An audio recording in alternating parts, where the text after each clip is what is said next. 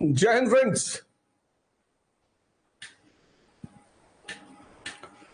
सुयश प्रताप सिंह, जय हिंद।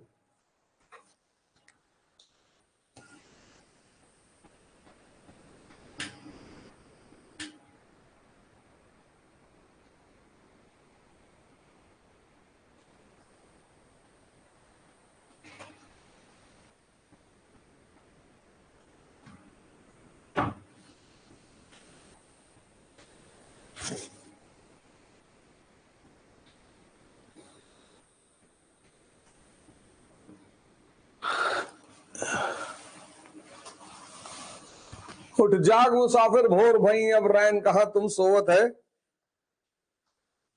जो सोवत है सो खोवत है, जो जागत है सो पावत है।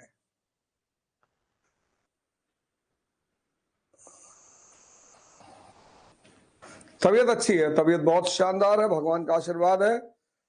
और बहुत जल्दी तुम लोग की योग की क्लास भी शुरू हो जाएगी।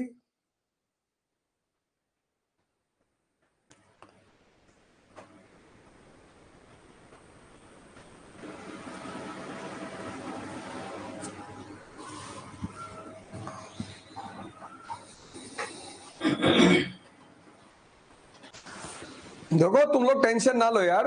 जब तक सारा सिस्टम सही नहीं हो जाएगा तब तक तुम लोग को यूट्यूब पे क्लास मिलेगी। इसलिए चिंता करने की कोई बात नहीं। लेकिन आज क्लास शुरू करने से पहले कुछ बातें मैं तुम्हें बता देना चाहता हूं। योग और ध्यान क्यों जरूरी है,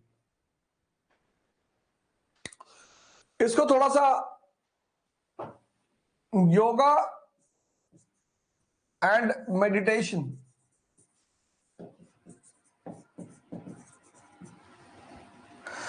योग तो जरूरी इसलिए है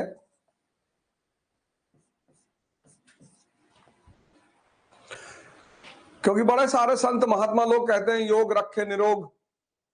योग का उद्देश्य है ज्यादा से ज्यादा ऑक्सीजन हमारी शरीर में पहुंचाना।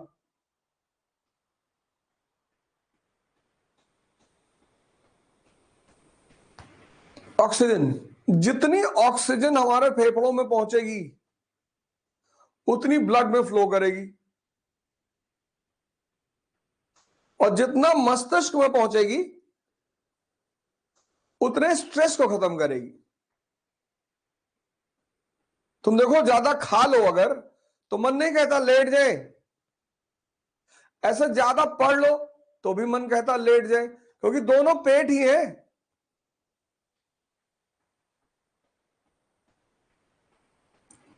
तो जब ज्यादा तुम पढ़ते हो तो यहां पे तनाव के बिंदु पैदा हो जाते हैं। अब जिंदगी वैसे ही प्रेशर है, हर दिन कोई ना कोई प्रेशर है, और उस प्रेशर में स्ट्रेस।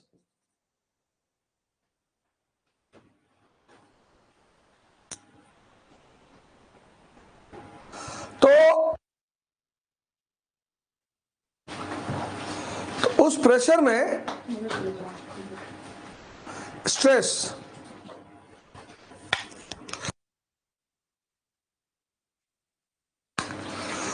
उस प्रेशर में स्ट्रेस, ये जो प्रेशर और स्ट्रेस का गेम है, प्रेशर तो बना रहना चाहिए, इसको खत्म नहीं होना चाहिए, स्ट्रेस खत्म होना चाहिए। बहुत सारे लड़कों के पराजय की वजह है स्ट्रेस।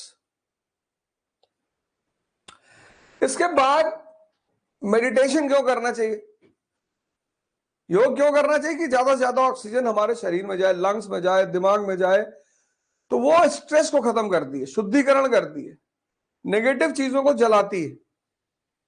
ध्यान इसलिए करना चाहिए क्योंकि मन जो है उसके 4 लक्षण है,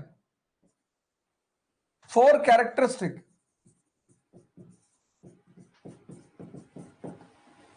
पहला लक्षण आदत, हैबिट। ये मन का पहला लक्षण है, आदत, हैबिट। Habit, habit. मन से कोई काम तुम 21 दिन करा दो उसकी आदत पड़ जाती है। तो अगर नेगेटिव चीजों की आदत पड़ जाती है तो पॉजिटिव चीजों की क्यों नहीं पड़ सकती? जैसे हम सुबह उठ गए 6 महीने, तो फिर जीवन भर उठोगे 5 बजे, कितनी प्यारी आदत डेवलप हो जाएगी।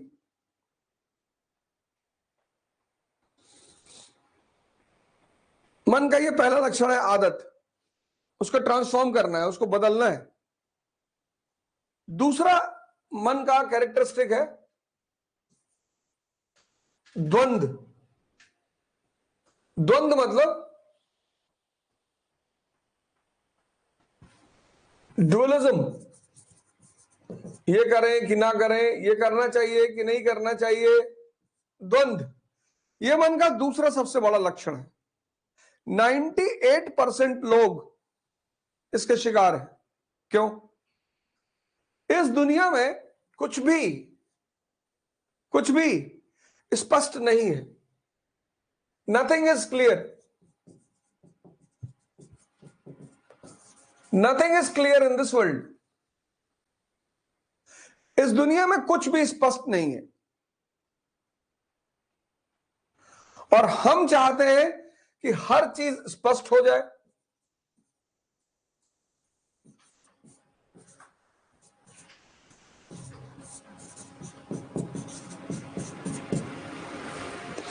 ये है, इस दुनिया में कुछ भी स्पष्ट नहीं है। कलाम साहब पायलट होना चाहते थे, साइंटिस्ट बन गए, राष्ट्रपति बन गए। यहां कुछ भी स्पष्ट नहीं है, अगला सेकंड स्पष्ट नहीं है।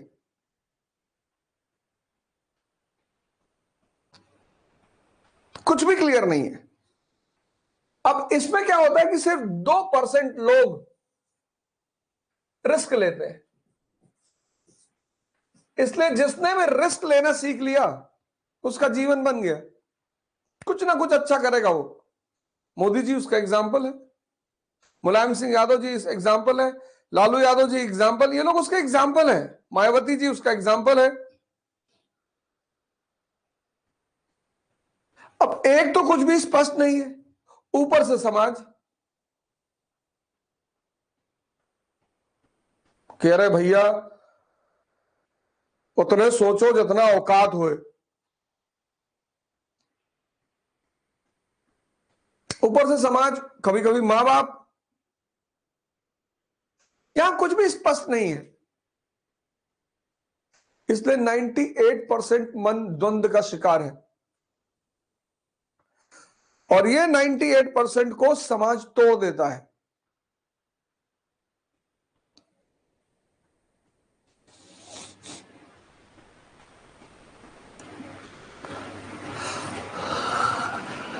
रिस्क लेना ही है।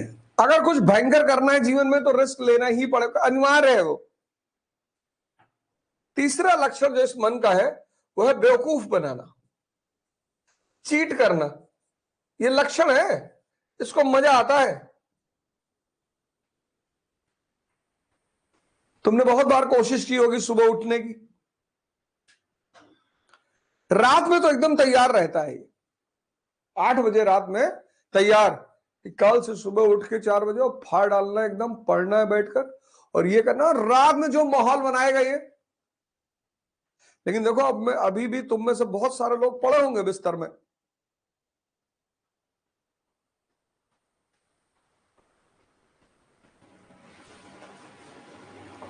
तुम ऐसे बड़े सारे काम करते होगे जो तुम नहीं करना चाहते होगे पर कर रहे हो।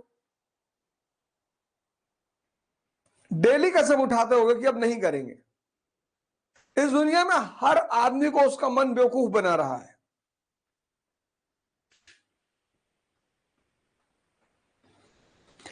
गुलामी करवा रहा है। और चौथी फीचर इस मन का है, ये हमेशा दूसरों की कमियां देखता है।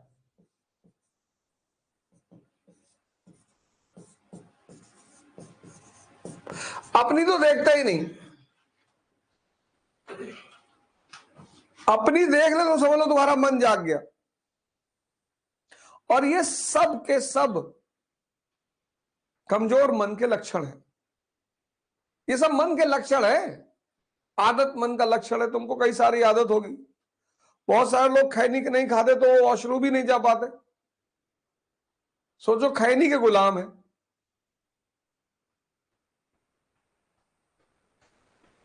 तो मन की आदतों को बदलना है, द्वंद्व से बचना है, इस ड्यूअलिज्म से बचना है, क्योंकि दुनिया में कुछ भी क्लियर नहीं है। मन पे नजर रखना है, नजर सिर्फ देखना है, जाग जाना है। तुम्ही से शक्ति लेके तुम्ही से काम करा देता है, क्योंकि तुम बेहोश हो। और अपनी कमियों को देखना है, दूसरों की कमियों को नहीं देखना है।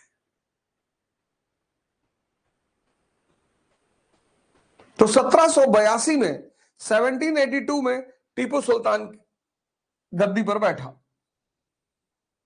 1782 टीपू सुल्तान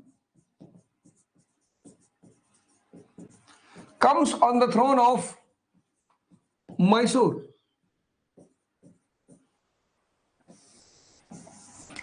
सेंटली मोनेस्टर, ये टीपू को कहा गया। अगर आपसे पूछा जाए कि ये किस किताब में लिखा है, सेंटली मोनेस्टर, बीएल ग्रोवर में। अंग्रेजों ने इसको सेंटली मोनेस्टर कहा संत भी शैतान भी। 18th सेंचुरी का ही एक ऐसा आदमी है टीपू सुल्तान जो जागरूक है। आज मैंने मन की बात क्यों उठाई, बड़ा अच्छा मौका था इसको पढ़ाते पढ़ाते मन की बात करना। मन की बात तो हमारे प्रधानमंत्री जी भी करते हैं। ये आदमी अपने समय से बहुत आगे चल रहा था। 18वीं शताब्दी का एक शासक जिसने मैसूर को एक आर्थिक और राजनीतिक शक्ति में बदल दिया। अपने आप को शक्ति में बदलने का मतलब होता है, सूत्र समझते हो आप। जैसे मैंने एक वीडियो बनाई थी, सिद्धार्थ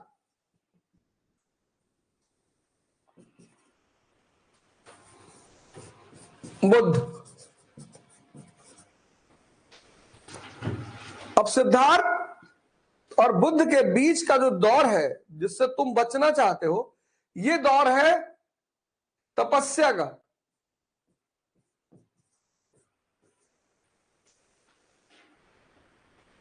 इस दौर को लोग नहीं पढ़ते, उस दौर को लोग जानते हैं, इस दौर को लोग जानते हैं कि अरे भैया राजकुमार थे और मस्ती करते थे और 500 पत्नियां थी। और फिर ये वाली कहानी जानते कि भगवान हो गए और अंगुलीमाल को परिवर्तित कर दिए। लेकिन इस दोनों के बीच का जो है वो है तपस्या। इसलिए तप शब्द कहां से आया? ताप से, हीट से। सबको, कोई अपवाद है ही नहीं। There is no exception in this world. सबको, तुम्हें भी अपने आप को उतनी गर्मी देनी पड़ेगी खुद को बदलने के लिए। कोयले को, कोल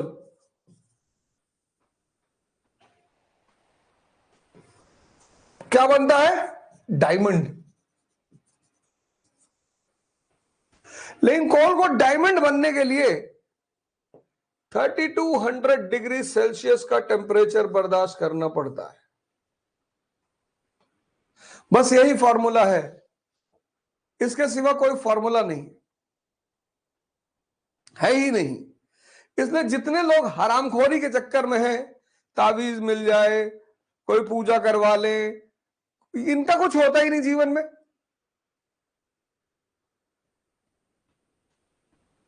कई मोदी जी भाषण वगैरह देंगे, उनका हाथ के पंजों पे नजर रखना। कोई अंगूठी अंगूठी पहने होंगे तो बताना हमें भी।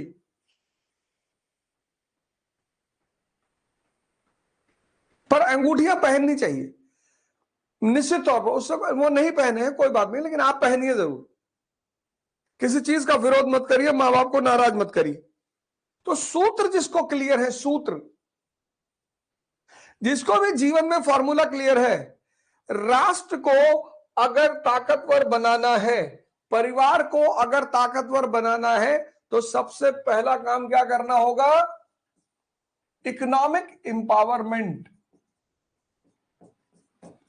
आर्थिक सशक्तिकरण। और यही पहला कदम उठाया टीपू सुल्तान ने। बड़े सारे मित्र तैयारी करते हैं और पैसे के अभाव में बड़ा परेशान है। इस देश में एक बड़ी प्रॉब्लम है सर, गरीब बच्चे तैयारी कैसे करें? अरे भैया, गरीब पहले गरीबी दूर करें, कोई ना कोई स्किल सीख लो, कोई ना कोई। तुमको एक बार कोई भी उधार दे सकता है, तुमको आईएएस बनना है ना, और काम करने में क्या दिक्कत है? बागपत का मुझे एक लड़का मिला कनॉट प्लेस में, वेटर का, आपका वीडियो सुना, दिल्ली आया, वेटर का काम कर रहा हूं और तैयारी कर रहा हूं। काम करने में क्या? सर गरीब लड़के ये कैसे, सर गरीब लड़के वो कैसे करें?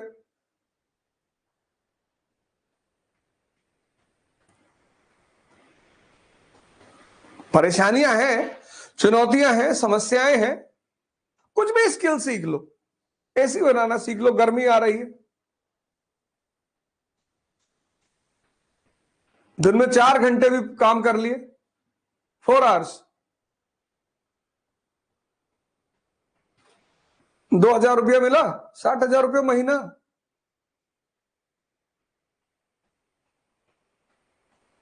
कंप्यूटर बनाना सीख लिए, मोबाइल बनाना सीख लिए। किसी भी परिवार को या राज्य को अगर मजबूत बनाना है, आज चाइना को देखो, आज तुम चाइना को देखो, छोड़ो ब्रिटेन, राजनीतिक शक्ति बना, आर्थिक शक्ति बनने के बाद, यूएस राजनीतिक शक्ति बना, आर्थिक शक्ति बनने के बाद, आज चाइना आर्थिक शक्ति बना, राजनीतिक शक्ति है, आर्थिक शक्ति बनने के बाद।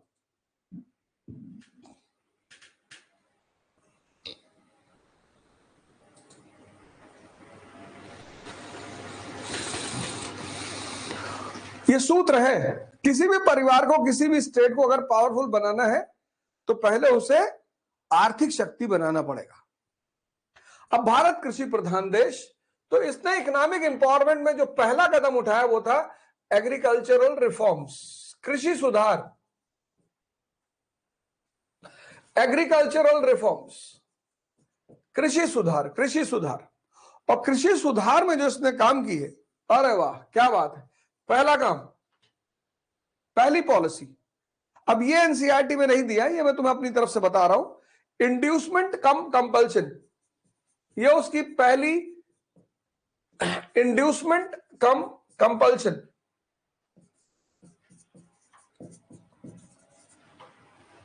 प्रेरणा,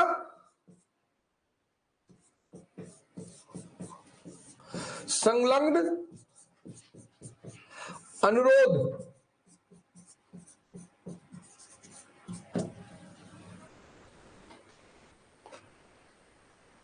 ये पहली पॉलिसी थी एग्रीकल्चर को लेकर, इंड्यूसमेंट कम कंपल्शन। इसका जिम्मेदार कौन होता था? आमिल, एक अधिकारी था आमिल, वो इसको जिम्मेदार होता था। इसमें होता क्या था? अब आपके पास 100 बीघा खेत है, 100 बीघा,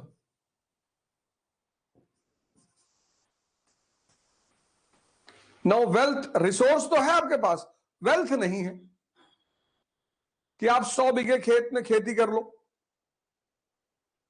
आप खेती करते हो सिर्फ 20 बीघे में, तो 80 बीघे का घाटा आपको और 80 बीघे का घाटा सरकार को। इंड्यूसमेंट, तक्कावी लोन्स,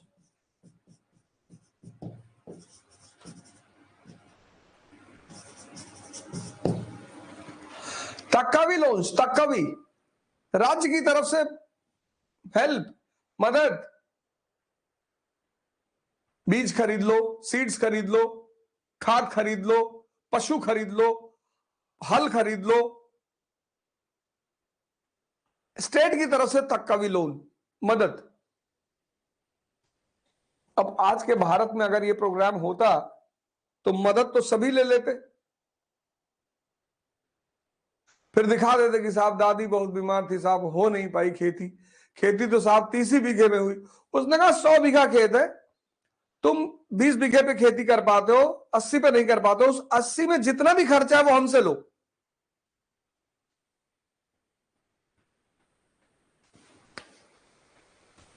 उस 80 बीघे में जो भी खर्चा आ रहा है वो हमसे लो। लेकिन प्राकृतिक आपदा को छोड़कर अगर किसी भी कारण से तुमने काम नहीं किया तो पूरे 100 बीघे पर टैक्स लिया जाएगा। इंड्यूसमेंट मतलब मदद, कम कंपल्सन।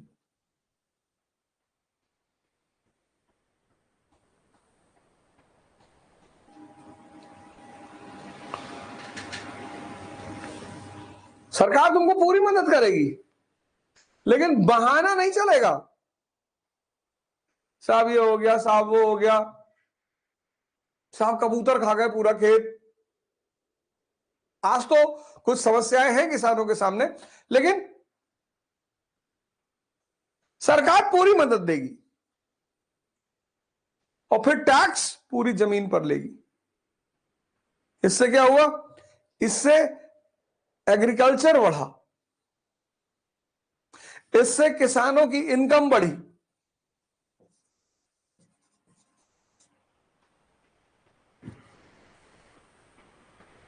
कृषि को प्रोत्साहन मिला और इनकम बढ़ी। कृषि को प्रोत्साहन, प्रमोशन टू एग्रीकल्चर।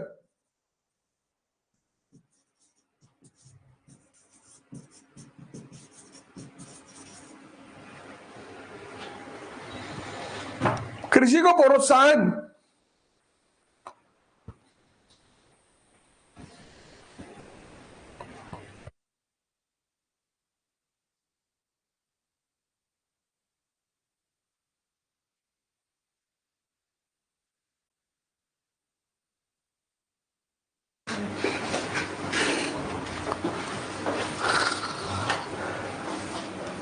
इनकम बढ़ी, किसान की इनकम बढ़ी और कृषि को प्रोत्साहन मिला। पहला काम किया उसने कृषि में, ये एग्रीकल्चर रिफॉर्म्स में पहला काम।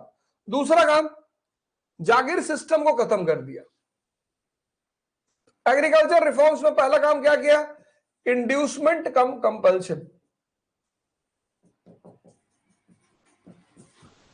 इंड्यूसमेंट कम कंपल्शन, ये पहला काम किया, प्रेरणा संलग्न अनुरोध। दूसरा, जागीर सिस्टम को खत्म कर दिया, जागीर प्रणाली एंडेड। इससे क्या हुआ? किसान और सरकार का सीधा संबंध, किसान और सरकार का सीधा संबंध, सीधा। ये देखो इजारेदारी में क्या हुआ? मुगल साम्राज्य को जो सबसे बड़ा झटका दिया इजारेदारी ने दिया। मिडलमैन 100 रुपए किसान से लेते थे, राज्य को 10 रुपए देते थे, खत्म कर दिया उसने, खत्म कर दिया। तीसरा, पॉलीगार जो थे जमींदार, उनके सारे अधिकार छीन लिए।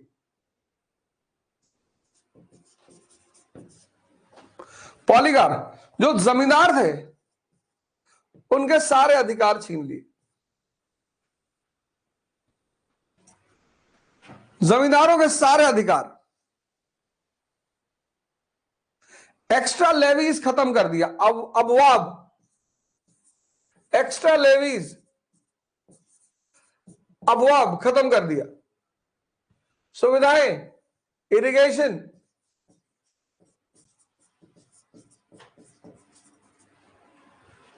लेकिन टैक्स कितना लिया? 50% of the produce, 50% of the produce. उपज का 50% टैक्स लिया, उपज का 50% टैक्स लिया। ये देखो, खुद को आर्थिक शक्ति बनाने के लिए पहला कदम कृषि सुधार, एग्रीकल्चरल रिफॉर्म्स, इंड्यूसमेंट कम कंपल्शन, जागीर सिस्टम का खात्मा, सरकार और किसान से सीधा संबंध, पॉलीगार यानी जमींदारों के अधिकारों को छीन लिया,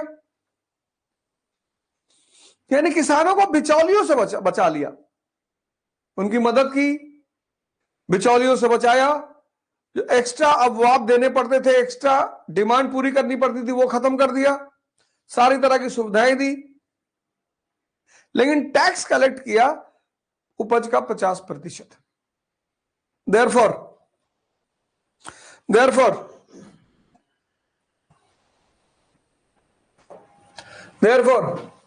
दोनों को फायदा हुआ, किसान को भी फायदा हुआ, उसकी भी आय बढ़ी, और राज्य का भी फायदा हुआ, दोनों का फायदा हुआ।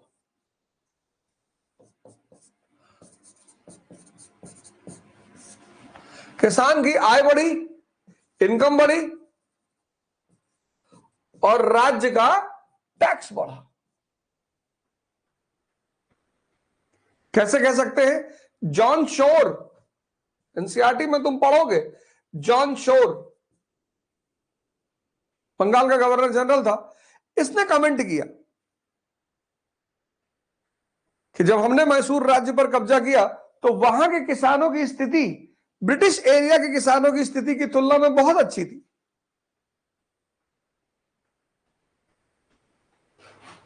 जॉन शोर का एक्सेप्टेंस, जॉन शोर का कबूलनामा, बंगाल का गवर्नर जनरल था ये पहला कदम उठाया। कृषि सुधार करना ही पड़ेगा। भारत एक एग्रीकल्चरल कंट्री, कृषि प्रधान देश है। देखो गवर्नमेंट श्री अन्न योजना लेकर आई, डिजिटल इंफ्रास्ट्रक्चर इन एग्रीकल्चर इस बजट में बात किया।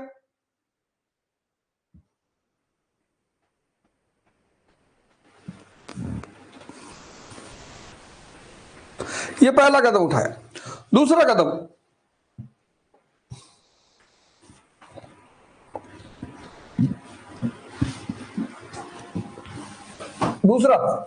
व्यापार और वाणिज्य को प्रोत्साहन, प्रमोशन टू, व्यापार और वाणिज्य को प्रोत्साहन, प्रमोशन टू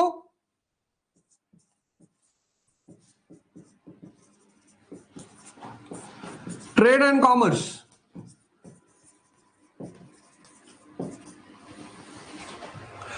व्यापार और वाणिज्य को प्रोत्साहन कैसे?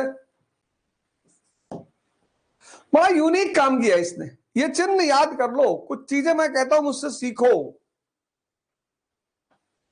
बहुत पढ़े जिंदगी भर, एक क्लास अगर टेक्निकल प्रॉब्लम से नहीं हुई तो तुम इतने शिक्षित होकर गाली गलौज करने लगते हो।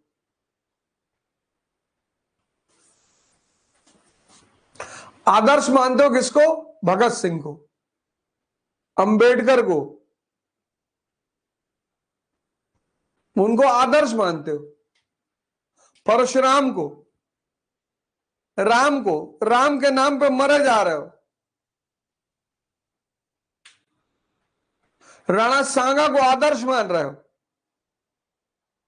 और तुरंत वो जो खोल डाले हो अपने ऊपर कमजोरी का, वो तुरंत बाहर आ जाता है। ये देखो, मैंने इसीलिए कहा ना, आज की क्लास की शुरुआत मैंने यहीं से की कि ये मन जो है तुम्हारा, तुम्हें ध्यान क्यों करना है? कमजोर मन की बड़ी महत्वाकांक्षा कभी नहीं पूरी होगी। तुम किसी और चीज से परेशान थोड़ी हो। आज का ये जो युवा है बहुसंख्यक, वो किसी और चीज से परेशान थोड़ी है, उसका मन कमजोर है और सपना बड़ा है।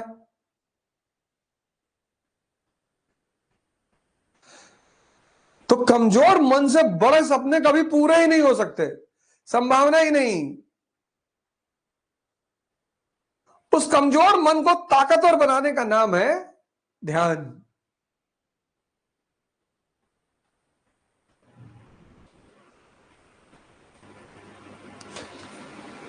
उस कमजोर मन को ताकतवर बनाने का नाम है ध्यान।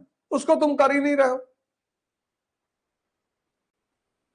क्या पढ़ लें, ये पढ़ लें, वो पढ़ लें, फलानी किताब पढ़ लें, इनसे पढ़ लें, उनसे पढ़ लें। सर गरीब बच्चे कैसे पढ़े? जो बच्चे धन से गरीब हैं उनको पढ़ाया जा सकता है, लेकिन जो मन से गरीब है,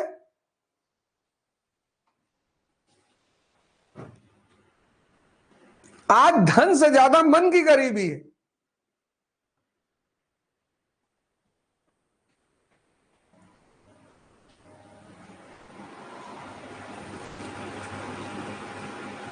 promotion to trade and commerce, व्यापार वाणिज्य को प्रोत्साहन। व्यापार और वाणिज्य को प्रोत्साहन क्या किया इसने? बड़ा जबरदस्त काम किया। कमर्शियल बोर्ड का स्थापना किया, कमर्शियल बोर्ड की स्थापना, वाणिज्यिक बोर्ड,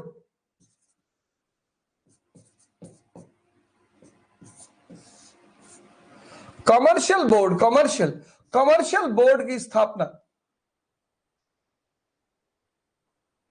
राज्य को कॉरपोरेशन बना दिया। किसी और शासक ने किया 18वीं शताब्दी में?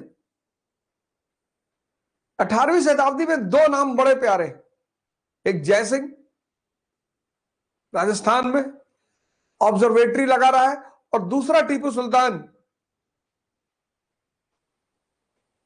कमर्शियल बोर्ड की स्थापना। अब कमर्शियल बोर्ड की स्थापना करके दो काम किया, काली मिर्च, पेपर, चंदन, सैंडलवुड, सुपारी, betel nut, gold and silver, इन सब का जो एक्सपोर्ट था, एक्सपोर्ट, वो हो गया स्टेट मोनोपोली।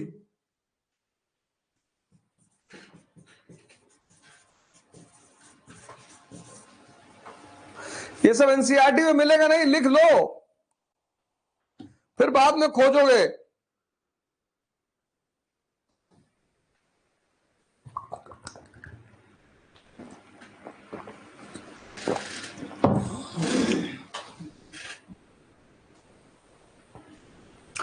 पेपर, काली मिर्च, सैंडलवुड, चंदन, सुपारी, सोना और चांदी का जो एक्सपोर्ट है, यही सबसे खास। हाथी, एलिफेंट ऑल्सो, एलिफेंट का जो इनका जो एक्सपोर्ट है उसको स्टेट मोनोपोली, उस पर राज्य का एकाधिकार। हाथी का निर्यात, काली मिर्च का निर्यात, चंदन का निर्यात, सुपारी और सोने और चांदी का निर्यात, इन पर राज्य का एकाधिकार, सिर्फ स्टेट बेचेगा।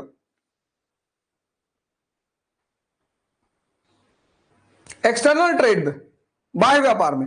इंटरनल ट्रेड में पेपर और सैंडलवुड, काली मिर्च और चंदन, राज्य का एकाधिकार। ये एक्सटर्नल ट्रेड, एक्सटर्नल जो बाह्य व्यापार है, एक्सटर्नल ट्रेड।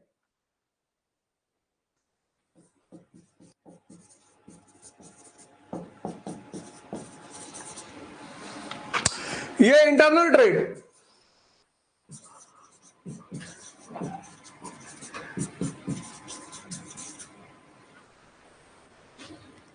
बाह्य जो व्यापार है, बाह्य जो बाह्य व्यापार है, एक्सटर्नल ट्रेड है, हाथी का व्यापार,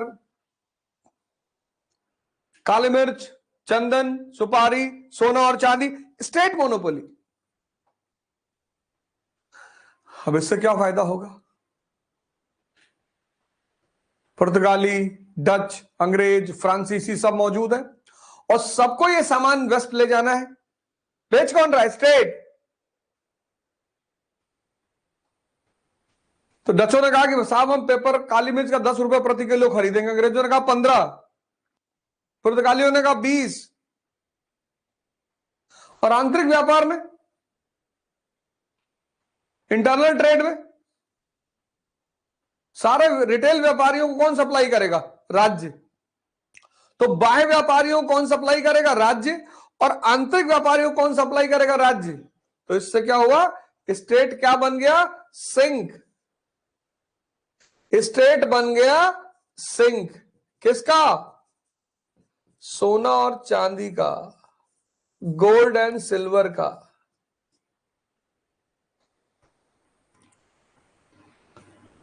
यही काम करने का सोचा था मुअम्मर अल गद्दाफी, लीबिया का शासक। उसने कहा हम तेल बेचेंगे सोने में। उसने ओपेक कंट्रीज के सामने प्रस्ताव रखा कि हम डॉलर में क्यों बेचें, हम सोने में बेचें। सुन लो, टीपू को क्यों मारा? जिस वजह से मुअम्मर अल गद्दाफी को मारा, राज्य सोने का कुआं बनना शुरू हो गया। सारा सोना राज्य के तिजोरी में आके भरने लगा, राज्य ताकतवर होने लगा। यही किया मुअम्मर अल गद्दाफी ने कि हम तेल सोने में बेचेंगे। क्या होगा? डॉलर की हैसियत खत्म हो जाएगी। डॉलर की हैसियत खत्म हो जाएगी, अमेरिका की इकोनॉमी कमजोर हो जाएगी। अमेरिका की इकोनॉमी कमजोर होगी, अमेरिका कमजोर होगा। दौड़ा के मारा मुअम्मर अल गद्दाफी को। E is equal to E. E is equal to E. Economy is equal to empire. Economy is equal to empire. अर्थव्यवस्था साम्राज्य की मां है। तो साम्राज्य को अगर खत्म करना है तो अर्थव्यवस्था पे प्रहार करो। स्वदेशी मूवमेंट 1905। ये सब सूत्र हैं, जीवन सूत्रों पे चलता है। ये बड़ी बड़ी किताबें पढ़ के कोई फायदा नहीं। तुम पेड़ को एक लोटा पानी चढ़ाते हो, वो तुम्हें ऑक्सीजन दे रहा है। ये धरती खत्म होगी सिर्फ पेड़ों के खत्म होने से। एयर प्यूरिफायर लगाए जा रहे हैं चारों तरफ, एयर प्यूरिफायर से काम चलेगा। इस धरती का जो लंग्स है वो पेड़ है। इसलिए हिंदुओं ने पीपल के पेड़ के नीचे भगवान शंकर की स्थापना की, क्योंकि जहर वही पी सकते हैं और अमृत दे सकते हैं। तो पीपल 24 घंटे ऑक्सीजन देता है और CO2 पीता रहता है। इसीलिए हिंदू समाज में पीपल के काटने को पाप माना जाता है, क्योंकि उसके अंदर भगवान के लक्षण हैं। जहर को पीना, अमृत देना।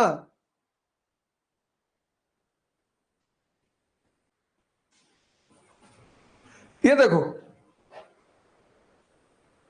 ये राज्य को सोने और चांदी की खान बना दिया। कैसे? कमर्शियल बोर्ड की स्थापना से किसानों की आय बढ़ा दी, राज्य की आय बढ़ा दी। ये देखो, ये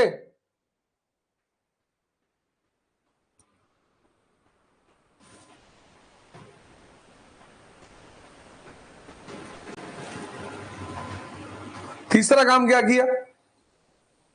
तीसरा काम मॉडर्न इंडस्ट्रीज की स्थापना। मॉडर्न इंडस्ट्रीज, आधुनिक उद्योगों की स्थापना, कारखाने लगाए। आज यूपी और बिहार कारखानों के लिए तरस रहे। आज जो कभी थे वो बंद हो गए।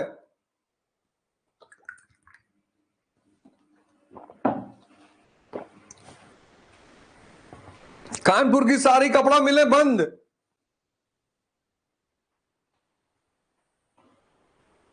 अब तो इस देश के लोगों को मंदिर चाहिए, मस्जिद चाहिए, मिल तो चाहिए ही नहीं। और राजनेता जनता का प्रतिनिधि है। खैर ले लो, एक मंदिर के सामने बैठ के भीख मांगेगा, दूसरा मस्जिद के सामने। मॉडर्न इंडस्ट्रीज की स्थापना की। चौथा, ट्रेडिंग कंपनीज बनाई। क्या बात है, ट्रेडिंग कंपनीज बनाई। ट्रेडिंग कंपनीज, व्यापारिक कंपनियां बनाई। ट्रेडिंग कंपनीज बनाई, जैसे ईस्ट इंडिया कंपनी थी, ऐसे बनाई। और इनको कहां भेजा? Pegu, Burma, France, Turkey, Afghanistan,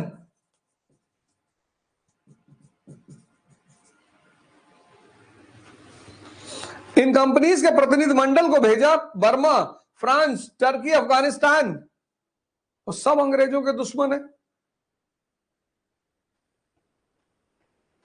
अंग्रेजों ने कहा यार एक आध डेलीगेशन हमारे यहां ही भेजो, हमसे भी व्यापार करो। बोले नहीं नहीं, ये लोग अच्छे व्यापारी। बोले यार हम भी अच्छे व्यापारी हैं।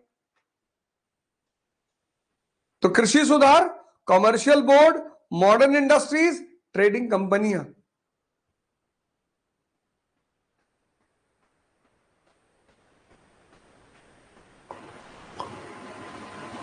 और इस प्रकार इसने मैसूर की अर्थव्यवस्था को मजबूत कर दिया। मैसूर की अर्थव्यवस्था, यह फॉर्मूला है परिवार और राज्य दोनों के लिए। अगर तुम परिवार और राज्य को मजबूत करना चाहते हो तो तुम्हें अर्थव्यवस्था को मजबूत करना पड़ेगा।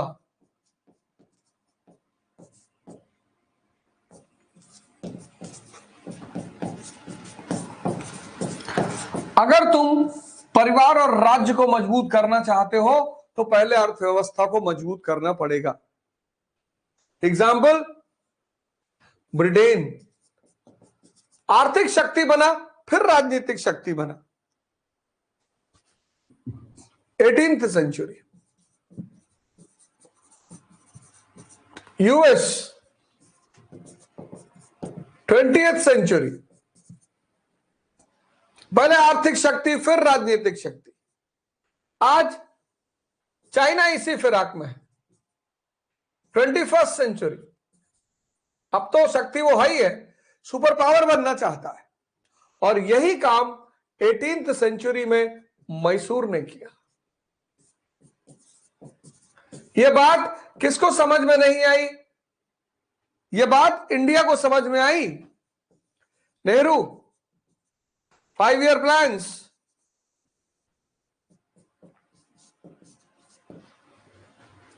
यह बात नेहरू जी को समझ में आई। 5 ईयर प्लान्स कि पहले भारत को आर्थिक शक्ति बनाएंगे, लेकिन यह बात पाकिस्तान को समझ में नहीं आई। यह बात पाकिस्तान को समझ में नहीं आई।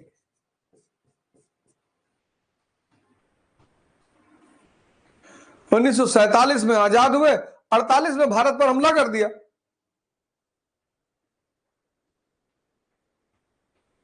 पैंसठ में हमला कर दिया, 71 में हमला कर दिया। ये जो आज भोग रहे हैं इसी वजह से, क्योंकि सूत्र नहीं पता था, सूत्र को नहीं फॉलो किया। 1948, 1965, 1971,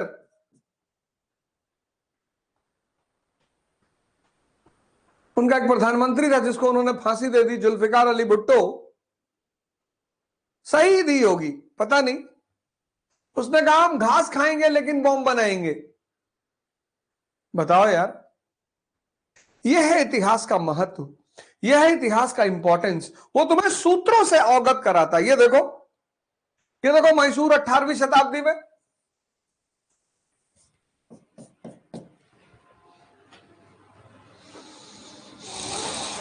सो बड़ी सारी इंफॉर्मेशन एनसीईआरटी की नहीं है।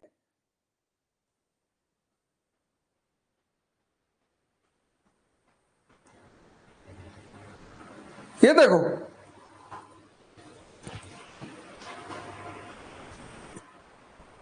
हाँ,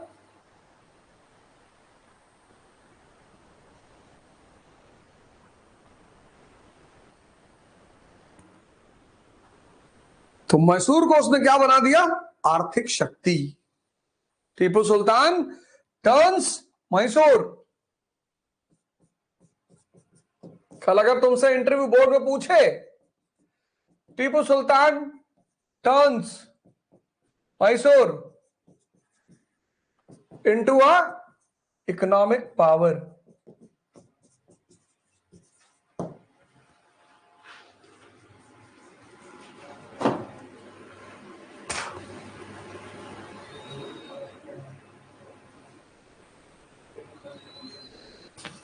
टीपू सुल्तान ने मैसूर को क्या बना दिया?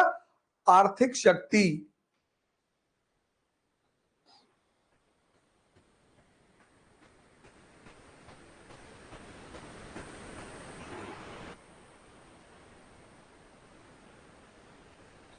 है आर्थिक शक्ति। अंग्रेज तो परेशान हो गए कि यार ये क्या हो रहा है, यार ये आदमी क्या कर रहा है। जितने मरे हुए दिमाग के लोग होते हैं उनका कोई दुश्मन नहीं होता। दूसरा, पॉलिटिकल रिफॉर्म्स।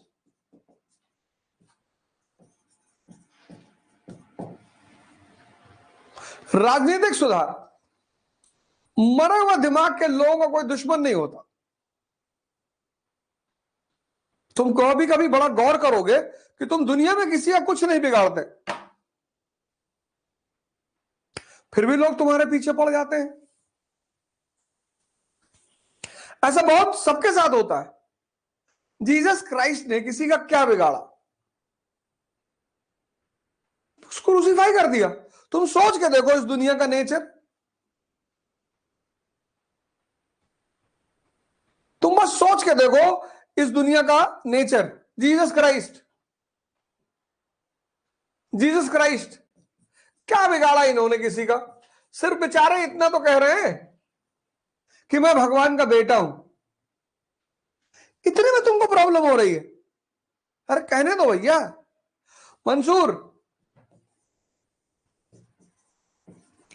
मंसूर बिन हलाज, ये बेचारा कह रहा था अनहलक। तुम इसको पागल भी तो मान सकते थे। आज पढ़ना मंसूर बिन हलज के बारे में। इसी की हत्या का पश्चाताप आज मुसलमान कर रहे हैं। चलो मान लो कह दिया मैं अल्लाह हूं,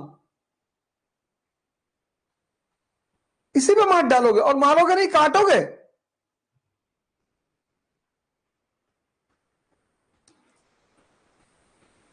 महावीर को मारा, कुत्ते छोड़ दिए उनके पीछे।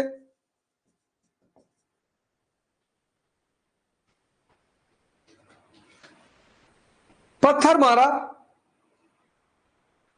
ये दुनिया है ये।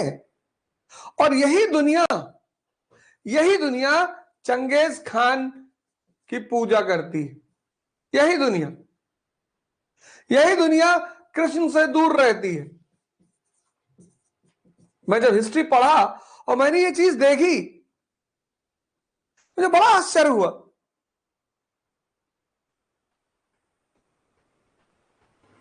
किसी की अम्मा ने दूध नहीं पिलाया कि चंगेज खान के सामने खड़ा हो जाए।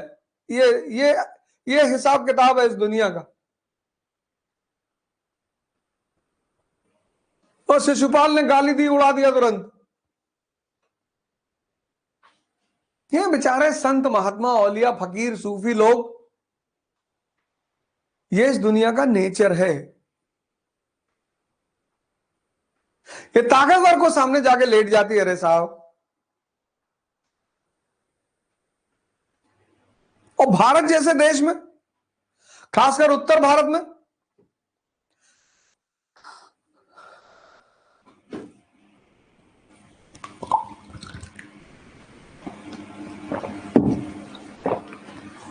उत्तर भारत में, यूपी में, बिहार में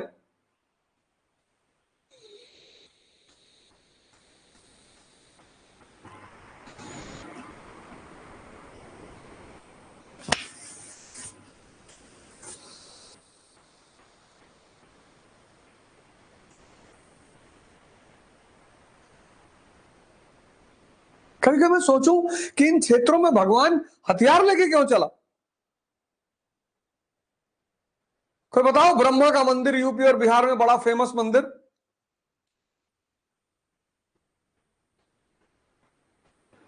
विष्णु जी का मंदिर है, शंकर जी का मंदिर है, और दोनों लोग हथियार लेके चलते हैं।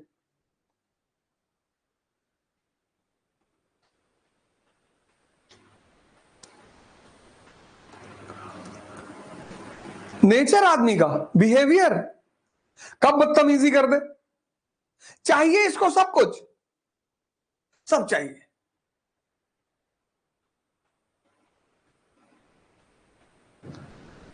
गरीब बच्चों का क्या होगा सर? कोई गरीब नहीं है, जिसका मन ताकतवर है वो कोई गरीब नहीं है। मेरी नजर में दो ही लोग गरीब हैं, एक जिनको डायबिटीज है और एक जो मन से कमजोर है। बाकी कोई गरीब नहीं है, क्योंकि मैं खुद वेटर की नौकरी किया। मैं दूसरों को क्यों बोलूं? मैं विवेक बिंद्रा जी से मिला, उन्होंने कहा सर मैंने भीख मांग के खाया, मैं मंदिर में रहा सर। कभी आपकी मुलाकात विवेक बिंद्रा जी से हो तो उनसे पूछिएगा उनका जीवन के बारे में, आरंभिक जीवन, अनाथ का जीवन, अनाथ का जीवन, अनाथ का।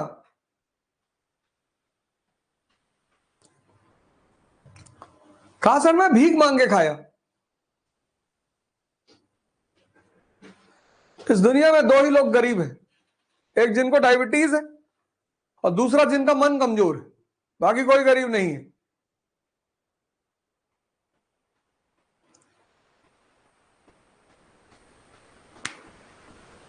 जलने को कोई तैयार नहीं, मरने को कोई तैयार नहीं, बुद्ध सबको बनना है।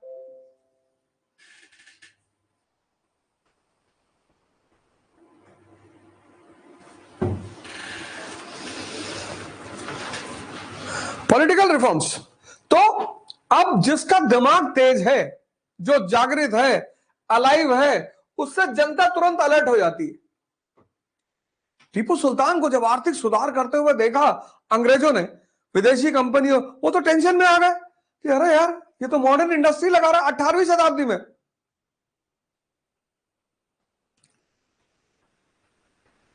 ये तो राज्य को पैसे का भंडार बनाया जा रहा है। वहां से टेंशन पैदा हो गई उनको। फिर इसने राजनीतिक सुधार में ऐसा कांड कर दिया कि अंग्रेज तो एकदम खड़े हो गए। हर डिपार्टमेंट में एक बोर्ड बना दिया, हर डिपार्टमेंट में, हर डिपार्टमेंट में एक बोर्ड का गठन कर दिया। उस बोर्ड में उसका ऑफिसर और उसके वर्कर,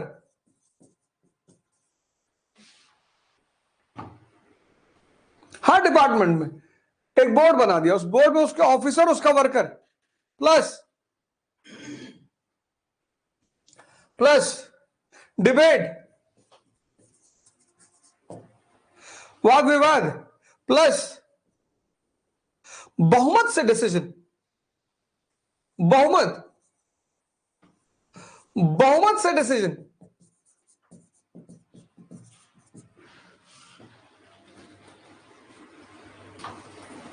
हालांकि जो फाइनल डिसीजन है वो सुल्तान के हाथ में है। Final decision is in the hand of सुल्तान।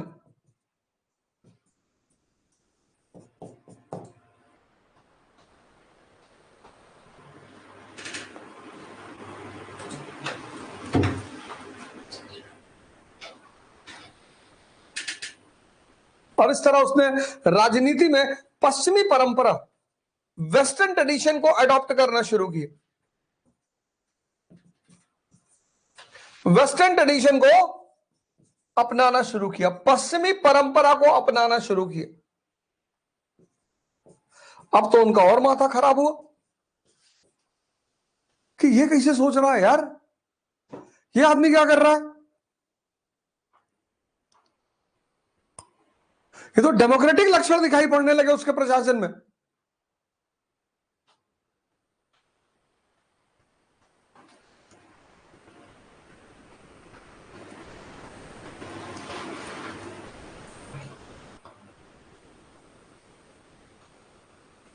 प्रशासन में प्रजातांत्रिक लक्षण, ये मत लिखना प्रशासन में प्रजातंत्र, प्रजातांत्रिक लक्षण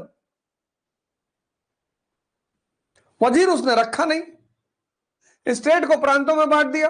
पॉलिटिकल रिफॉर्म्स, राजनीति में प्रजातांत्रिक लक्षण, फिर पर्सनालिटी,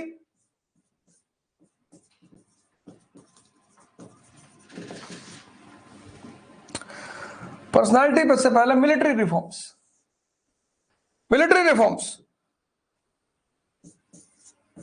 सैन्य सुधार,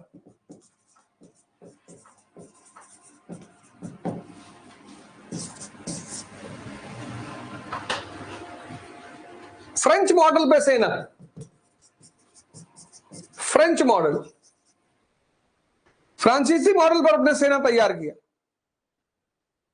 और सब बंदूकों से लैस, गन,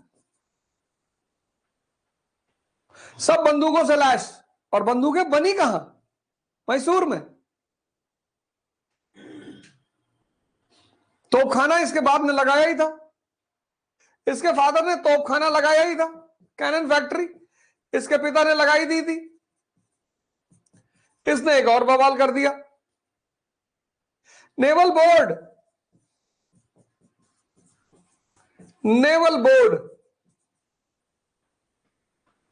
नौसैनिक बोर्ड का गठन का प्रयास।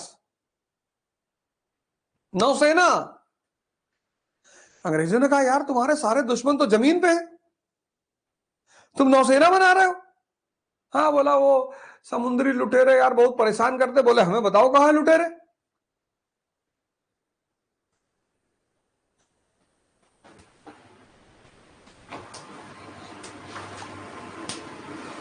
तुम्हारे काम, इसलिए कहते ना एड़ा बन के पेड़ा खाना। जिनको बड़े बड़े काम करने होते हैं ना, बहुत बेवकूफ बन के रहते हैं, नजर में आना ही नहीं है। हिंदू राजा क्यों मारे जाते थे?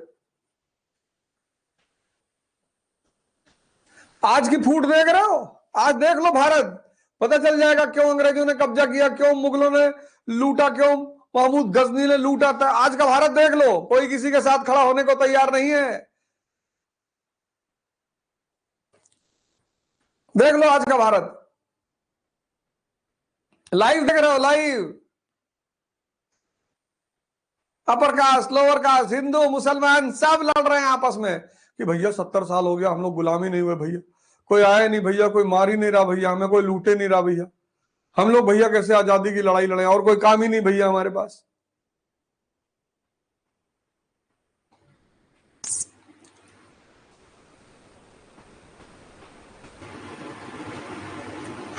अब कोई भारत की बेटी मेडल नहीं जीतती, अब ब्राह्मण की बेटी जीतती है, दलित की बेटी जीतती है, मुसलमान की बेटी जीतती है।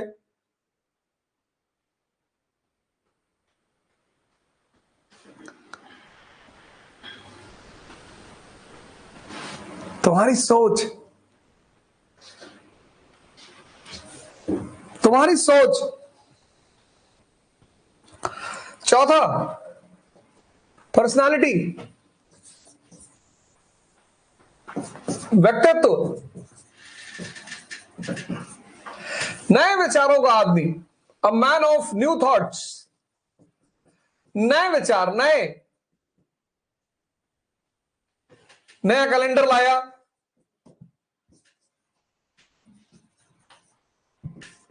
करेंसी प्रिंटिंग की नई टेक्निक,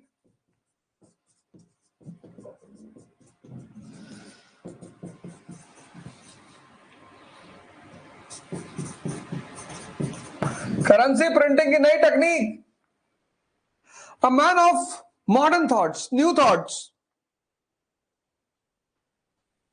लाइब्रेरी, पढ़ने का शौकीन, धर्म की किताबें, दर्शन की किताबें, हिस्ट्री की किताबें,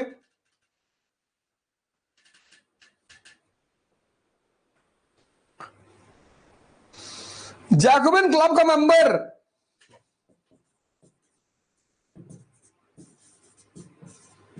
फ्रांस का क्लब है जैकोबिन क्लब, लेफ्ट विंग का, मजदूरों का, जैकोबिन क्लब का सदस्य, श्रीरंगपट्टम में ट्री ऑफ लिबर्टी बनाया, श्रीरंगपट्टम पे क्या लगाया? Tree of liberty. सोच सकते हो तुम किसी व्यक्ति के बारे में 18वीं शताब्दी में जो इतना आगे सोच रहा हो? 3 राजा हैं, मार्तंड वर्मा, टीपू सुल्तान और जय सिंह।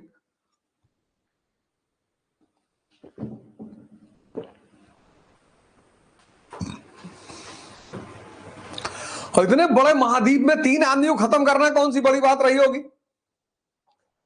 और वहां जहां इतनी फूट हो,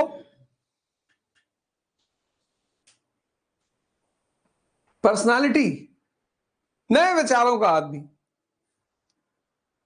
पढ़ने लिखने वाला।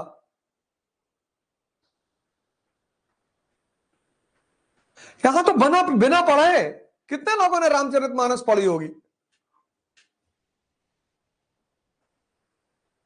रामचरितमानस किताब थोड़ी है, व्यक्ति के परिवर्तन का ग्रंथ है। रामायण भी तो है। रामायण पर हमला नहीं कर रहे हैं क्योंकि वाल्मीकि जी ने लिखी है। भाई रामायण को भी बैन करो, उसमें भी तो संभूक वध का प्रसंग है। रामचरितमानस ही क्यों? क्योंकि जातिगत पोलराइजेशन चल रहा है।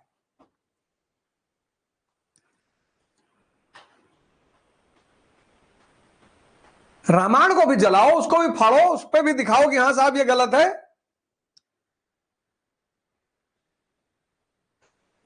रामचरितमानस परिवर्तन का ग्रंथ है। रावण रथी विरत रघुनाथा, देख विभीषण भय अधीरा। रावण रथ पे बैठा है, मर्सिडीज पे, BMW पे। राम पैदल हैं, नंगे पैर। विभीषण दुखी हो रहा है कि महाराज कैसे लड़ेंगे आप इनसे। बोले लड़ूंगा। प्रसादों के कनकाब शिखर होते कबूतरों के ही घर। ये जो लोग भोग विलास में पलकर बड़े होते हैं ना, इनके अंदर आंतरिक शक्ति की कमी होती है। अपवाद हर जगह है।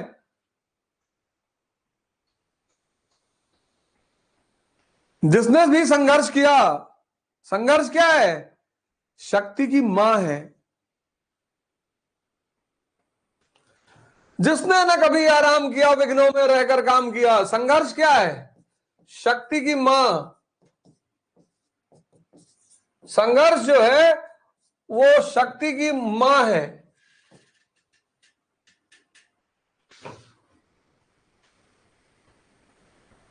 लेकिन 90% लोग मजबूरी में करते हैं।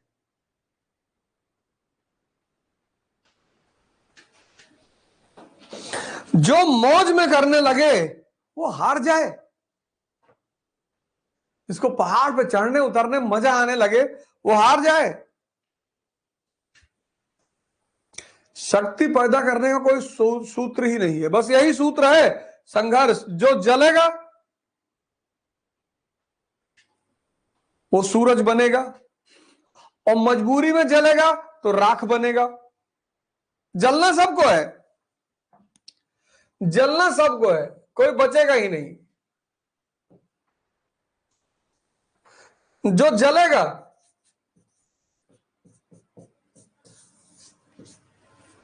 मर्जी से, खुशी से, वो सूर्य बनेगा, चमकेगा।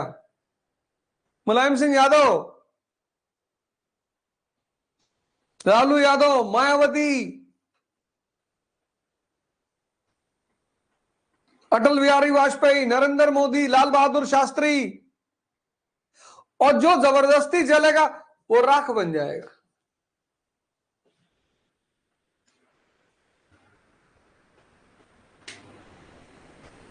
लेकिन ये जो आम आदमी है ना, इसको सूत्र ही तो नहीं पता। कहता भैया पैसा आ जाए बस परे रहे। अजगर हो गए, काहे पड़े रहोगे?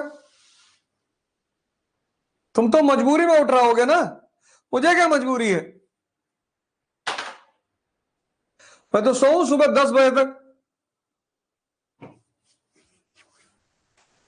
गरीब लड़के, पहले मन से तो अमीर बनो। जहां से तुम अमीर बन सकते हो वहां से तो बनो।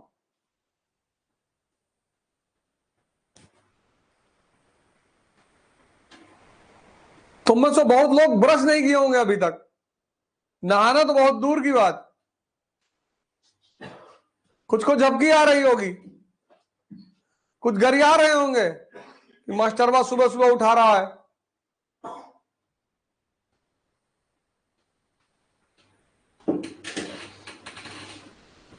हमको गाली दिया करो,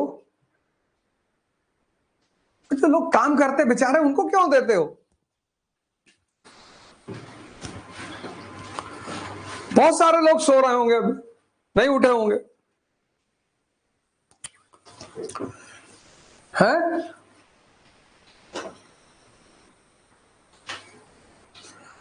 मोदी जी बचपन में पैदल चले, जवानी में पैदल चले, बुजुर्गी में गद्दी पे बैठे। राहुल जी बचपन में गद्दी में बैठे थे, जवानी में गद्दी में बैठे थे, गोद में जो लोग गद्दी पे बैठे थे उनकी गोद में बैठे थे, अब पैदल चल रहे हैं। कह रहे मैंने राहुल गांधी को मार दिया। तो उन्होंने कहा कब? मारना पड़ेगा बाबूजी आपको। संघर्ष शक्ति की मां है। और जब टीपू सुल्तान के अंदर ये सारी चीजें देखी अंग्रेजों ने, इकोनॉमिक रिफॉर्म्स, आर्थिक सुधार,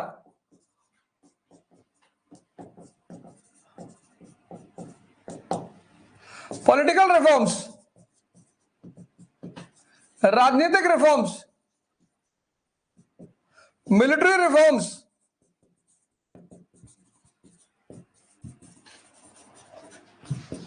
पर्सनालिटी, धार्मिक, सेकुलर तो नहीं था, सहिष्णु था, स्वयं तो रूढ़िवादी था, स्वयं के लिए रूढ़िवादी था, ऑर्थोडॉक्स। इतिहास कहता है कि जब मराठों ने रेड किया और शारदा मंदिर को नुकसान पहुंचाया तो उसने उस मंदिर की मूर्ति को फिर से बनवाया। धार्मिक सहिष्णु, रिलीजियस टॉलरेंस,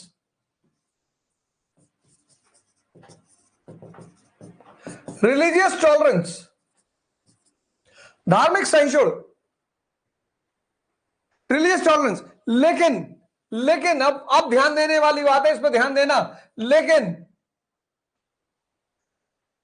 मैसूर को आर्थिक शक्ति बना दी, राजनीति में वेस्टर्न ट्रेडिशन दिखाई पड़ने लगा, मिलिट्री बोर्ड के गठन का प्रयास किया, पर्सनालिटी आधुनिक, धार्मिक सहिष्णु, लेकिन जिद्दी, स्टबॉर्न, यह बड़ी खतरनाक चीज है। इंपेशेंट, यह तो मन का एक ऐसा रोग है।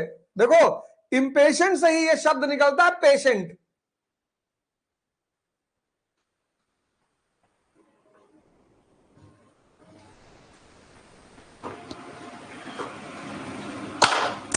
जो भी इंपेशेंट हैं वो तो ना लड़ाई जीत सकते हैं, ना प्रेम जीत सकते हैं, ना पढ़ाई जीत सकते हैं, ना पूजा जीत सकते हैं, जीत ही नहीं सकते।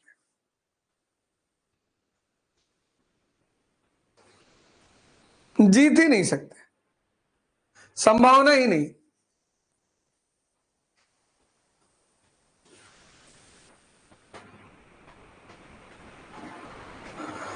कोई चांस ही नहीं है ही नहीं।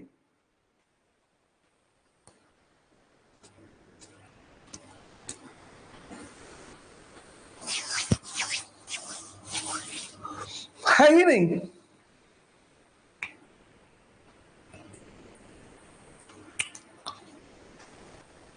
इसलिए आश्रम व्यवस्था भारत की बहुत बड़ी व्यवस्था थी। वहां ईगो को मार देते थे। राजा का बेटा है, झाड़ू लगा रहा है आश्रम में, जाओ सक्तेशगढ़ आश्रम, स्वामी अड़गड़ानंद, बरचर आश्रम।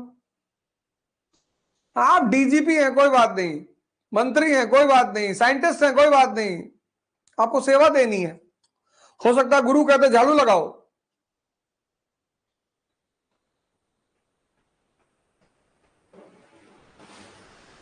कहते सब्जी काटो दिन भर बैठ गए, क्योंकि उसको पता है कि चेंज किसको करना है। आज की कोचिंगें हैं, इतनी बढ़िया बढ़िया कोचिंगें, इतने बढ़िया बढ़िया टीचर हैं, फिर भी लड़के हार रहे हैं, वो भी हिंदी मीडियम के। क्योंकि कोचिंगें तो बढ़िया है, टीचर बढ़िया है, वो आप में कोई सुधार नहीं कर पा रहे हैं। वो आपको सब कुछ बढ़िया दे रहे हैं, पर आप में चेंज नहीं कर पा रहे हैं। और कई लोग तो दिल्ली आते हैं, एक साथ 3-3 क्लास ज्वाइन कर लेते हैं, पता होता ही नहीं।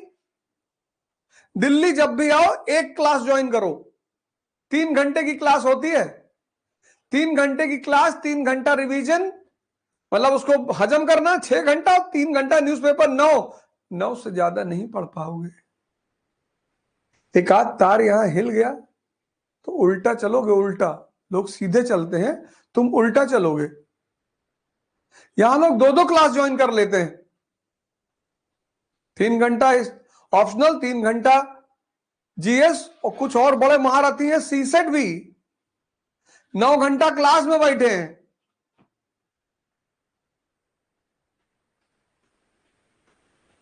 कोचिंगें बढ़िया है, टीचर बढ़िया है, पर तुम्हारे अंदर कोई परिवर्तन नहीं हो रहा है। और तुम जीतोगे कब? जब तुम्हारे अंदर परिवर्तन होगा।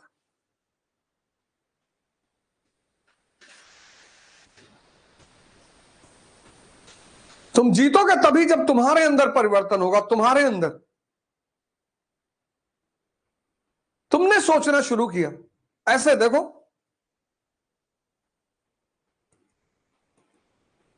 अब ये पूरी एनसीईआरटी खत्म होते होते तुम एक नए इंसान बन जाओगे। अभी तो शुरुआत है। तुमने ऐसा सोचा ही नहीं होगा। तुम तो अंडरलाइन करने वाले लोग, पेन लिए हो, अंडरलाइन किए जा रहे हो। किताब चिल्ला रही कि भैया सुन लो, और बोले चुप।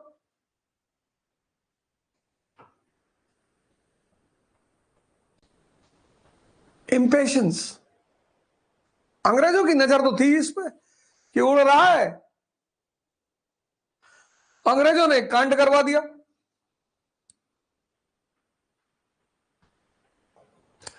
टीपू का पड़ोसी राज है ट्रावनकोर।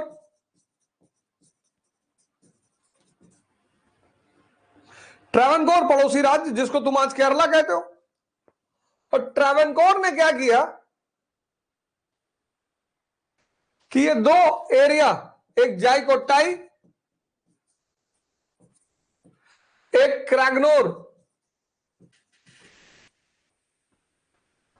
ये कोचीन की टेरिटरी थी दोनों। और टीपू कोचीन को अपने अंडर मानता था, और ट्रावनकोर ने जाइकोटाई और क्रैगनोर डच से अपने अधीनता में ले लिया। और ये दोनों इलाके थे कोचीन के। ट्रावनकोर ने इसको, इन दोनों को डचों से ले लिया। अब तुम्हारी बीएमडब्ल्यू बाहर खड़ी है सड़क पर, और हमने उसे किसी तीसरे आदमी को भेज दी, तो तुम तो नाराज हो गए ही कि भाई हमारी गाड़ी कैसे भेज दी। टीपू को भी नाराजगी हो गई, गुस्सा। और गुस्से में कोई काम नहीं करना है, कोई काम गुस्से में पूजा प्रेम ये सब कुछ करना ही नहीं।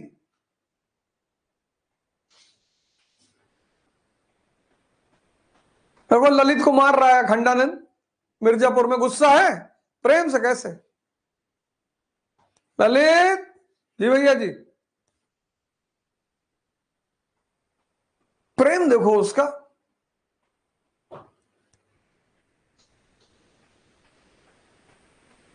ये उसकी ताकत है।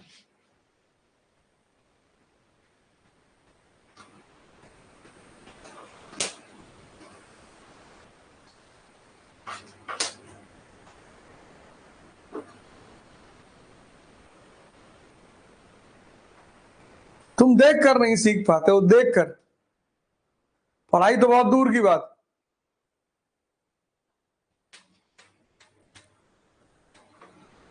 तुम देख कर नहीं सीख पाते। और ट्रावनकोर ने जाइकोटाई और क्रैगनोर डचों से ले लिया। ये कोचीन के इलाके थे। टीपू कोचीन को अपना टेरिटरी समझता था। उसने ट्रावनकोर पे, टीपू ने ट्रावनकोर पे हमला कर दिया।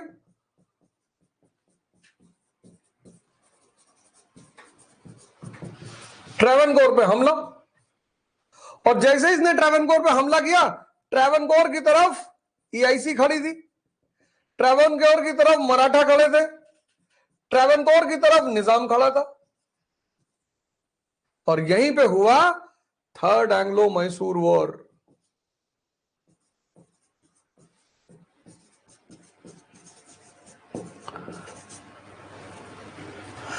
Third Anglo Mysore war, Tipu हार गया और टीपू को क्या कर दिया, अपंग, टेरिटरी छीन ली, पैसा छीन लिया, टेरिटरी टेरिटरी छीन ली, पैसा छीन लिया।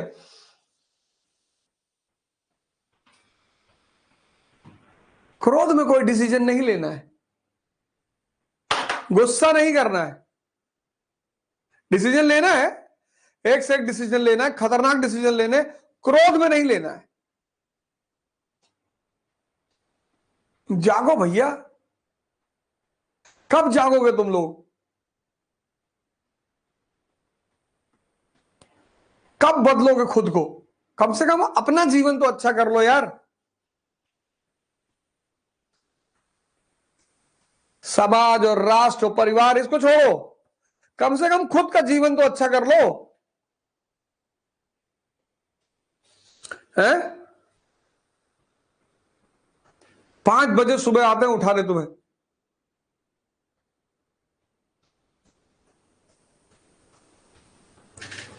$5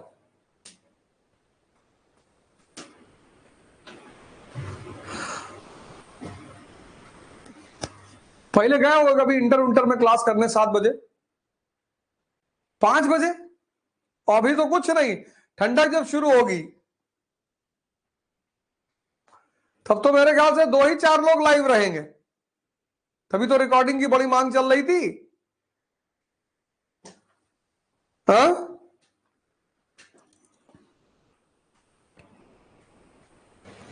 ये प्रोग्राम तुमको बदलने के लिए, तुम्हारे सोच, तुम्हारा पढ़ने का तरीका, तुम्हारा जीवन दर्शन,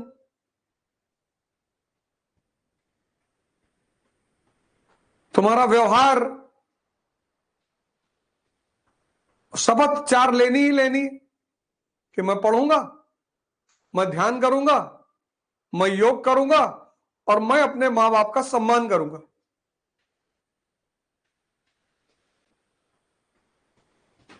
ये 4 शपथ लेनी ही लेनी कि मैं योग करूंगा, मैं ध्यान करूंगा, मैं पढ़ाई करूंगा और मैं अपने मां बाप का सम्मान करूंगा।